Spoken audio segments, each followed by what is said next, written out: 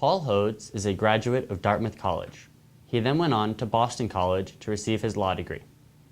He has served as Assistant Attorney General in the Criminal Division and went on to be Special Prosecutor for the state of New Hampshire. Soon after being sworn in as Congressman, he was elected by his colleagues to serve as the president of his historic freshman class. While in office, he is focused on job creation and providing our veterans with the benefits they deserve. Dedicated to constituent services, the Congressman maintains 5 district offices, including the first ever congressional office in Berlin. Hi, my name is Rachel McCoy, and I'm here today with Congressman Paul Hodes. It's nice to see you today. Hi, Rachel. Congressman. So let's get started. What is the role of the federal government in local education, and as a U.S. Senator, what will you do to help improve the quality of public education here in Manchester? Well, Rachel, public education really is the foundation of our democracy. It's absolutely critical that we have a strong public education system, and we do things pretty well in New Hampshire. We have a strong tradition of local control, and test after test tells us that our students perform very well when compared to the national average. I've been a strong advocate for the way we do education in New Hampshire in terms of how well our kids do. So I've not been a fan of No Child Left Behind. I've said fix it and fund it or forget it. And I'm not sure that the new Race to the Top is the best way to assess student performance and teacher accountability. In New Hampshire, we have a program called Follow the Child. I think the United States would do well to follow New Hampshire in following the child. And I also want to make sure that our schools are safe places for kids to learn and that our teachers have the resources they need to partner with parents and students to really make our public education system the best it can be. Thank you. In October of 2001, bombing commenced in Afghanistan, marking the start of 8+ years of American involvement. Much has been made lately of the strategy regarding Afghanistan. What does success mean to you, and as a U.S. Senator, what will you do to ensure success in Afghanistan?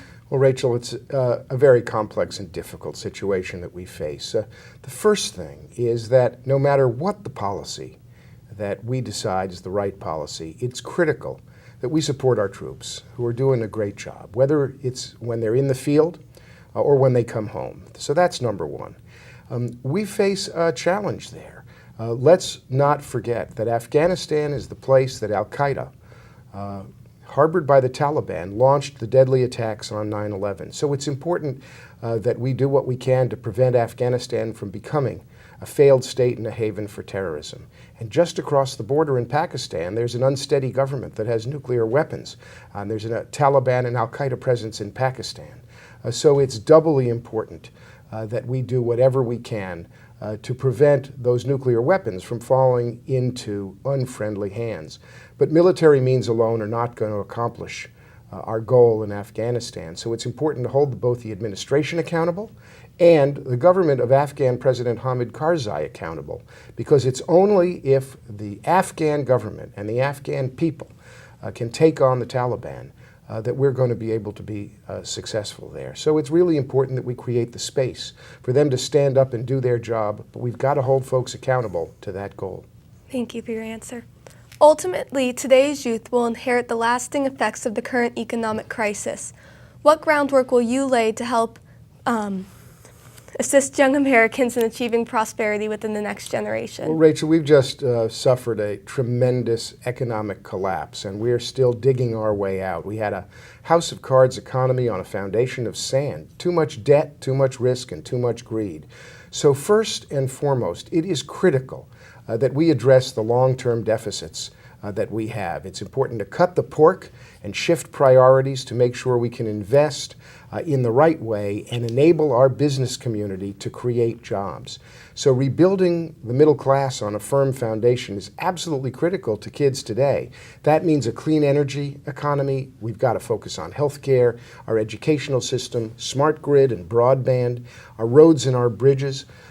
We've got to create opportunity for the middle class and for kids today who are looking down the road to where they're going to work. And that's why clean energy is so important. I believe the nation that leads on clean, renewable energy in the 21st century is going to be the nation that leads the world.